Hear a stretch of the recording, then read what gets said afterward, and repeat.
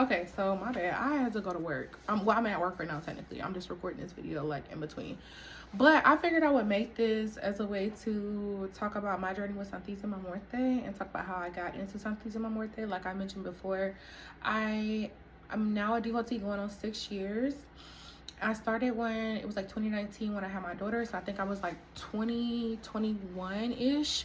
It started because when I found out I was pregnant, I had like a phantom pregnancy. When I found out I was pregnant with my daughter, it was really, really sticky, icky in regards to relationships that I had with my stepmom, who was like my mom. Like I say I have two mamas, so both my mothers. Just in regards to a lot of things that was going on in my life in that time, which I guess I could talk about later, but I just was really, really lost in the world, and I really was just like puzzled as to how could I be fucking up so bad and be responsible for a whole nother human being. So I follow an individual by the name of Paris Morton, aka Bossy Bruja, and I also follow like Hoodoo Hannah, Magical Lady Duchess, which I'm gonna make like separate videos on all of them and talk about like how I came across their platforms and how they have specifically helped me. And if you're specifically interested in working with this particular energy and you're needing some next level like mentorship or guidance or just like inspiration, what each of these ladies are good for, I don't say like good for, but like how they, what I learned from them, that's what I'm trying to say, and why I view them as credible sources. And they're all African American as well, and have been doing this for years and years and years and years, damn near decades. So like they're way more knowledgeable about this than I am. I'm just stepping into like myself and coming to myself and being public about what I do.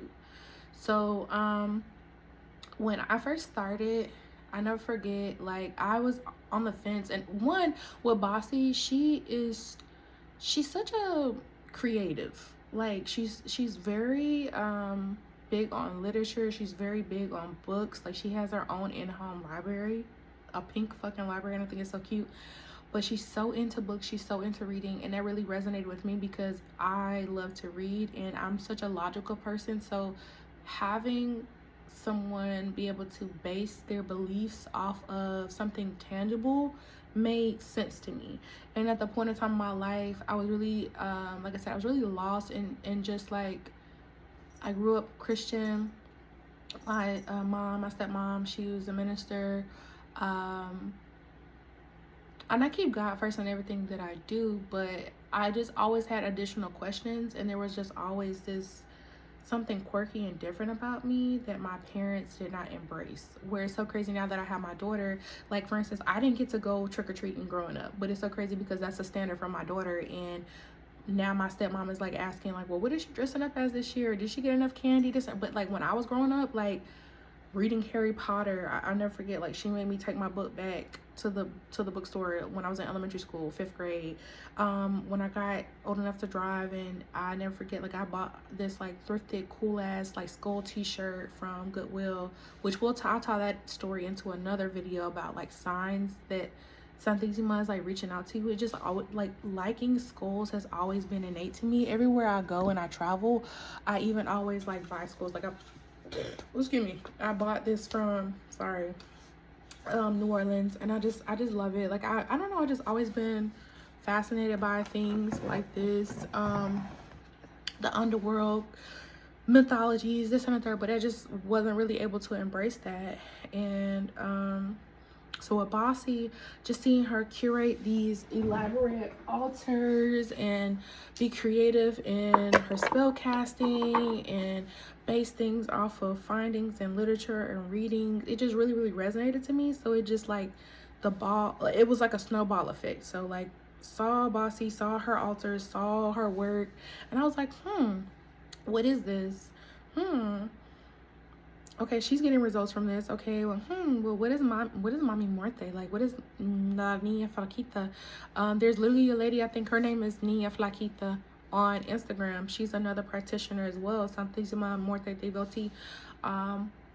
You know, her emphasis on cleanliness, Bossy Bruja's emphasis on cleanliness and things like that, just all the things were really, really resonating to me. And so it just caused me to do a deep dive, which led me to purchasing my first book, which I have upstairs, and I can't remember who the author is, but I'll do another video on resources and books and things and tools and resources that I use to just educate myself on it more, to decide if that was a path I wanted to go on or the other. So anyway, I never forget, my daughter was 1 year old at this time. It was before her first birthday. And my neighbor, who, like, in my stepmom's house, I was living in my stepmom's house when I had my daughter. I lived in her house for 2 years. My neighbor's husband passed away, which his name was William. My father's name, who passed away now, his name was William. So it was almost like a second dad situation. They were just always so kind. Even to this day, like, I had to go to my stepmom's house to pick up a gift basket that they made for my baby for Halloween. He passed away, and so I never forget just like wanting her to not have, not pain, but I just didn't want her to feel alone, and I didn't want her to grieve, and I didn't, not grieve, but I just didn't want it to be painful for her. I didn't want this transition into, you know, this newly being single, this new singledom, this new singlehood. I just wanted her to know that she was just always loved and supported, that she always has us here. Like, she's not alone. She's not by herself, even though she was married to this man for damn near 30 years. Like, you have your neighbors, we're your family. So I just remember reading from my book that, you know, one of the offerings that you give for Santa Muerte, one of the things she loves the most is apples. And I didn't have a lot of money. That's all I have. I didn't have no liquor. I didn't have nothing. I took 3 apples and I walked into the back. So, like, my stepmom lives on a pretty hefty piece, not pretty hefty, but a decent sized piece of land. She lives on, I think, almost like an acre. It's like 3/4 of an acre or some shit like that. Anyway, I walked all the way to the back of the property line, because the neighbor in back of us, they have like a fence, and then they have like their roosters and shit. And then there's like a deer post where, like, they'll go hunting and stuff back there. So I walked it back there and I left the offerings there, and I was just like, if you would, my prayer is not to ask you for money or anything like that. Just give her peace, comfort her during this time. And I shit you not, y'all, I have walked up there, took me a couple minutes to walk to the back, left the offerings. It was like 3 apples, 3 red apples. Then I walked back to my driveway, and as soon as I got back to my driveway, and because I had left my book like sitting on the ground, I had picked my book back up and I looked up in the air, and it was, I can't even tell you how many vultures it was in the air. Like, I literally remember counting 15. But it was almost like a trail in the sky of them coming from like 2 different directions. And then they just circled and circled. None of them landed on the home. They just circled and circled and circled. And I was just in awe, because I was like, it's nothing dead out here. It's nothing, nobody's killed anything. There's nothing dead out here. And they circled and circled. And then I just looked down at the book and I was like, thank you. I just said, thank you. And as soon as I said, I shit you not, as soon as I said, thank you, they all like dispersed in different directions. And that was kind of like my first experience with Santa Muerte in regards to like her energy. And I mean, honestly, it was so crazy, because after that, then my neighbor had started clearing out the old stuff and selling things, and she seemed happy, and she was, you know, coming over, talking to us again, all this type of stuff. And I mean, it's a lot of different things that could be at play, but I'm just talking about, that was like my first real experience in seeing something quickly happen with Santa Muerte.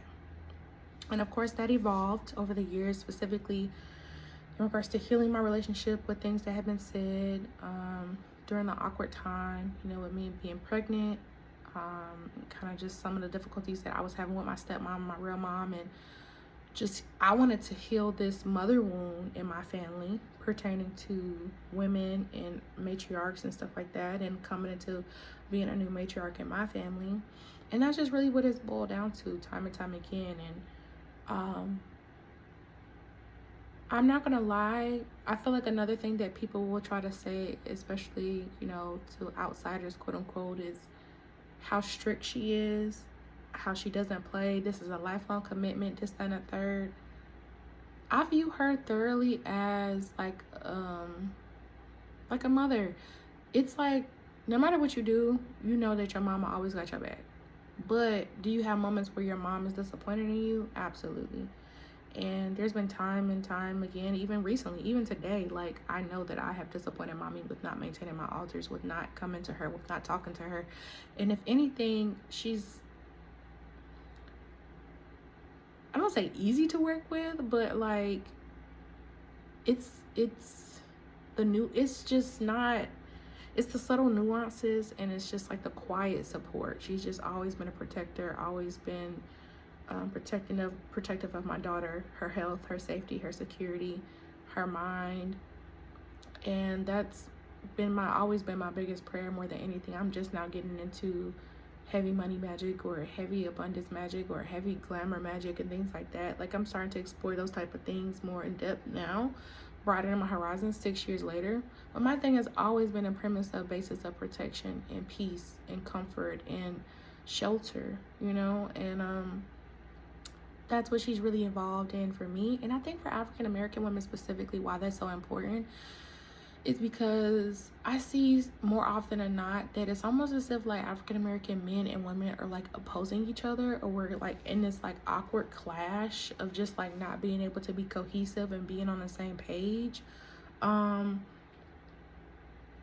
And sometimes you just need that. You need support, you need love. And it's like, what happens when you feel broken down, or you feel not loved, you feel not supported, you feel not cherished?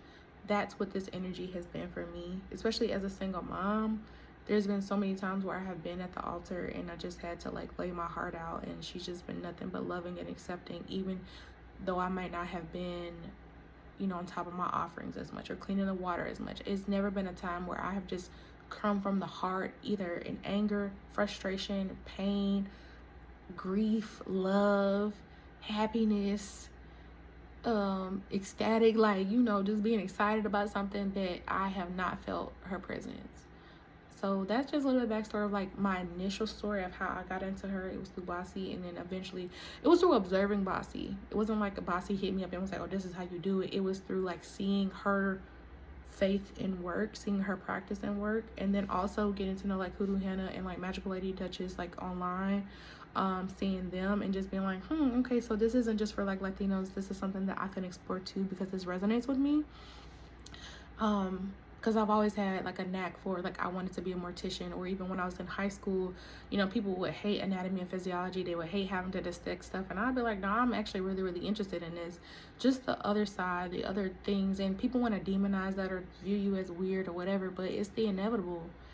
It's the fucking inevitable. And I think that it was something, because I have very older parents too, that I was intrigued by, because I always just had this thought in my head that one day I was going to get a call while I was at school that one of my parents passed away, because my parents are old enough to be my grandparents. So again, that was just sort of like, it was always kind of in me to ponder about death, to ponder about things that maybe are, I don't say ostracized, but taboo to most people, you know, that most people fear. And then I just faced it head on, and I was like, fuck it, I am who I am, and I want to explore it and take me as I am, and this is, you know, who I am, raw and at my core. And she's been nothing but receptive of that as well. So that's my story. I'm going to make more videos about, you know, like altars, stuff like that, but I just want people to understand, you know, like me, get to know me a little bit more, and go from there. That's all I got for right now. Bye.